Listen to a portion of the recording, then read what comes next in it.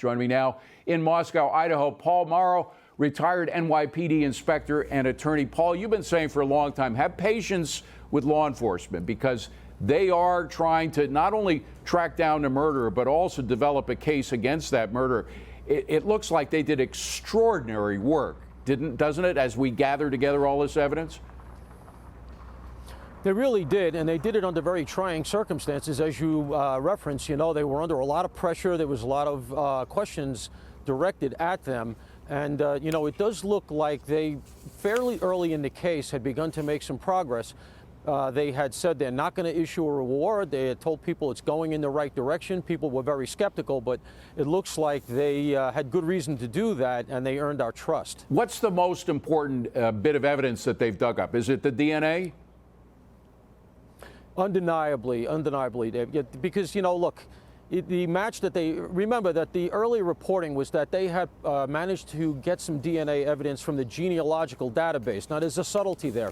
The genealogical stuff, it has been called into question. It's good, but you can get better DNA. And so what they did was, for the purposes of the arrest warrant, they did what's known as a parallel. They said, we're not going to use that genealogical evidence. We'll use it as a clue to direct us. We know that we probably have the right guy here, but let's get the DNA another way. And that's when they did this operation out in Pennsylvania.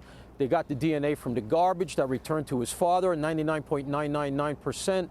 And so that's when they said, time to write an arrest warrant. That's a classic parallel, and it was really well done. Now, speaking of his father, they took this cross-country trip together, and they were actually stopped a couple of times by police.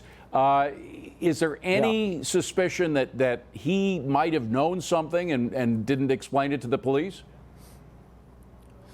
David, on that particular point, I'm not sure that I can say either way, and I hesitate to speculate because, first of all, we all know that a parent can be willfully blind, and I don't see any indication that he did know. And, short of that, I'm not sure I would go there. But the car stops are interesting. The FBI has walked back the idea that they had anything to do with it. And I do find it interesting because by the time he took that cross-country trip, they had him firmly in their sights. And, you risked alerting him by doing two separate car stops, potentially allowing him maybe to flee to a place that had no extradition. And now we learn that back in Pennsylvania, he was walking around outside his home wearing surgical gloves, presumably to try to make sure that his DNA didn't get out there. So that seems to be the first point where he might have realized he was under the microscope.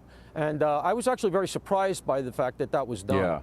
Yeah. What about, you talk about people who might be under some suspicion but don't deserve to be, the students that were in the house, that were there after the murder took place, any suspicion about them?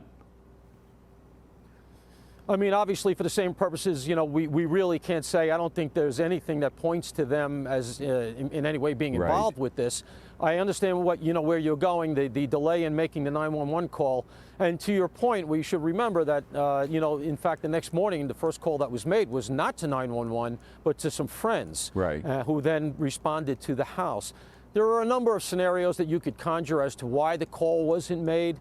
I hesitate to speculate too much. I think the police know, again, a lot more than we do.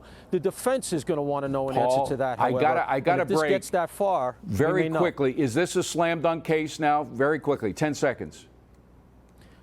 Well, we both know there's no such thing as a slam dunk, but they took another swab of his cheek.